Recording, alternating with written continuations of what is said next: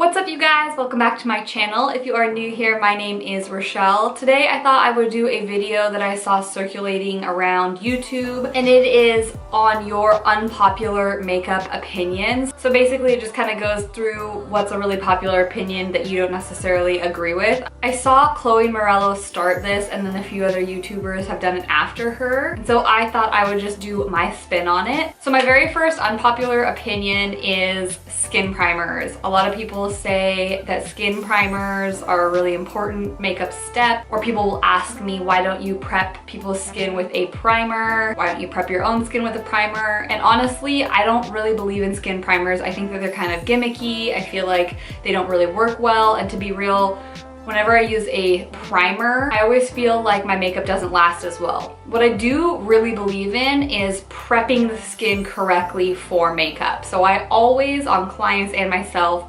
prep my skin depending on your skin type. So, you know, eye cream, the moisturizer that is appropriate for your skin type, lip moisturizer, an exfoliating pad, things like that I definitely believe in. But when it really comes to skin primers, I just find them to be gimmicky, and maybe that's not the popular opinion.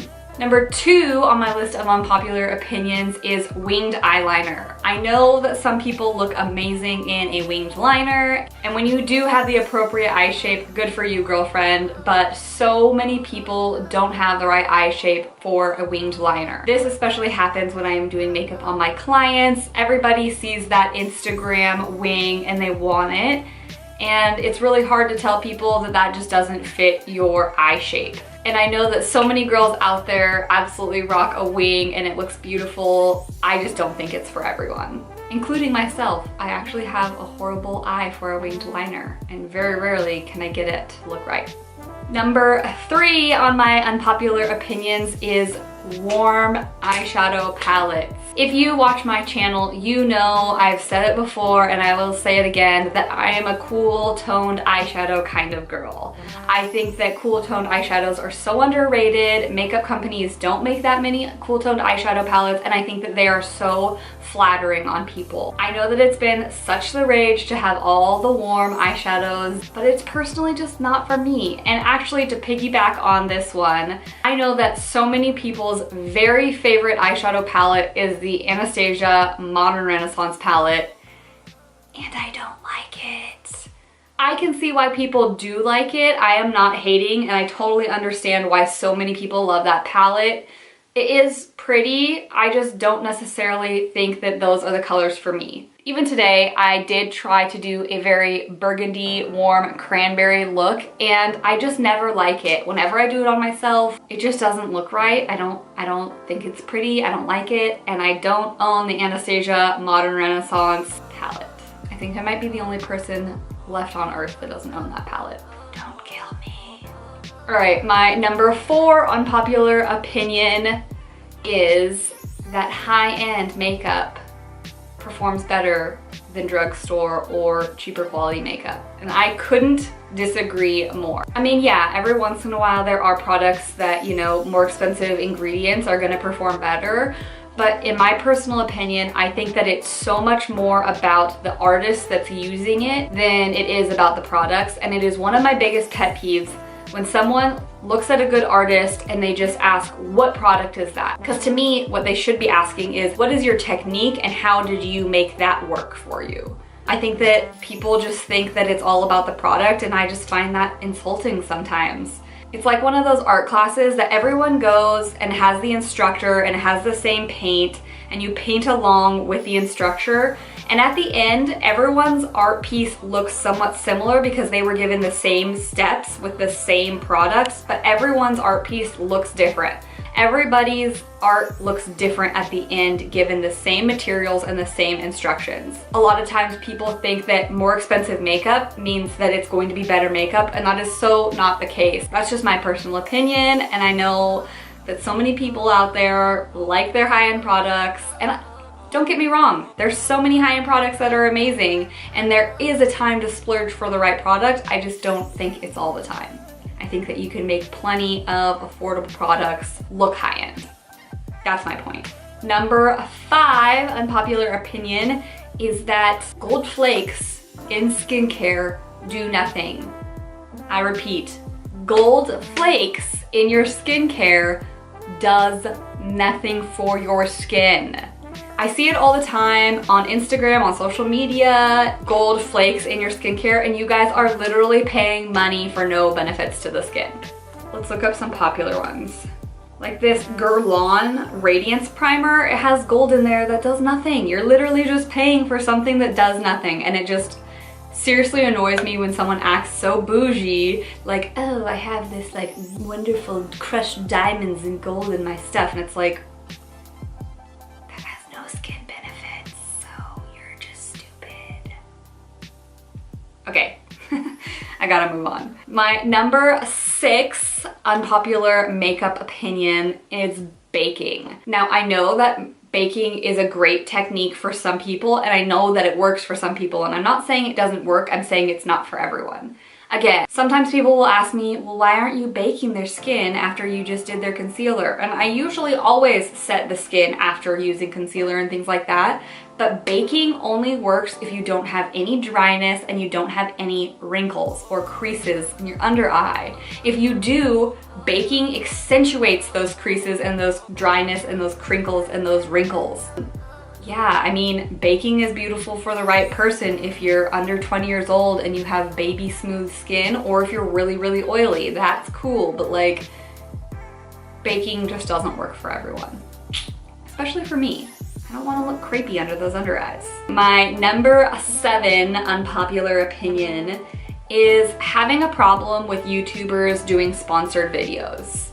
I obviously am nowhere near getting sponsored videos, but I can understand that full-time YouTubers, when they consider this their job, have to make money. And for anyone that doesn't know, you do make money on AdSense, so the commercials that play over your videos, but it is nothing. Like, I have a video that has 1 million views, and I think that my AdSense for that video is $8 on 1 million views. Like, the AdSense is nothing. Where YouTubers make money is sponsorships and featuring products in their videos. So I understand that right now there's a lot of drama on YouTube in the beauty community talking about how much sponsored videos cost and all these different things. If this is their full-time job, they have to pay their bills somehow. You never have a problem with any other person getting paid, so why would you have a problem with it being a YouTuber having a sponsored video? Where I do have an issue is when they don't disclose that they are doing a sponsored video. That is something that I think that needs to change within the beauty community, within YouTube, and the only way that that's going to change is us as viewers start accepting that these people have to make money and they're going to do sponsored videos. Now, what's important for you as a consumer to do is educate yourself when it comes to sponsored videos and being a consumer. When someone is telling you to buy something and you know that it's sponsored, maybe you need to do a little bit more research. But if you are an educated consumer, I don't see why people have a problem with YouTubers doing sponsored content. As long as you are aware of it, take that with a grain of salt and know this person's getting paid to talk about this product. They might still love it, you know, and sometimes I'm sure that some people talk about things that they don't love, but they have to make $1. When you feel like you can really trust someone, because there are so many YouTubers out there that are trustworthy. Like, you can just tell when someone has a genuine heart. Be smart about who you trust to tell you about good products and update you on the beauty community. So I guess my point is to be smarter consumers, and you guys, we're gonna have to accept that YouTubers have sponsored content because they have to keep the lights on. They have to pay their bills, they have to pay their car insurance, like, they have to make $1 just like you and me. So that's just where I'm at with that. And I know that that's not a very popular opinion, and I think that it's something that we need to do going forward to make the beauty community a better place. Whew, that was, I just went off on a little rant, you guys. I'm sorry. I need to take a break, drink some of my matcha latte. Tegan has joined us. For those of you guys who don't know, this is my Pug Boston Terrier mix, Tegan. She likes to snore in my videos, so if you ever hear a weird grunting in the background, it's probably just Tegan taking a nap. My number 8 unpopular makeup opinion is the Instagram eyebrow trend. I know that so many people out there absolutely love the Instagram eyebrow. And when I mean Instagram eyebrow, I will pop a few on the screen over here of what I mean. It is the extremely lined out, defined eyebrow with the very, very light front. I just think people take this way too far when it's like the light ombre in the front and then the really dark on the end, and like, if someone asks me to do that, I'll give it to them. But do I think that you're gonna look back at your picture in 5 years and think, what the hell was I doing? Yes. So when it comes to makeup on my clients, I like to do things more classic than trendy. I'm just personally not a fan. I'm not a fan. I like a wispy brow that doesn't look like it was drawn on by a clown. I said it. I said it. I'm sorry. Number 9 is setting eye primer. Every once in a while I will set my eye primer, but most often once I put a primer on, I want to leave that primer exactly how it is because I feel like that's what really grabs the pigment. Yes, it might be harder to blend and take a little bit longer, but that's how those colors come out more vibrant and really stick onto the eye. If it works for you, it works for you, but for me personally, I like my primer to be tacky. I like it to make those pigments brighter, and I just find that setting eye primer is pointless. My number 10 unpopular opinion is shimmer in blush. I am a matte blush lover. I don't ever buy blushes that have shimmery colors in them for my own personal makeup. In my makeup kit, I have tons of shimmery blushes, but personally, I just don't like that. I like a highlight. I just don't want my cheeks to be super shimmery and then have a highlight and my whole face just be shimmery.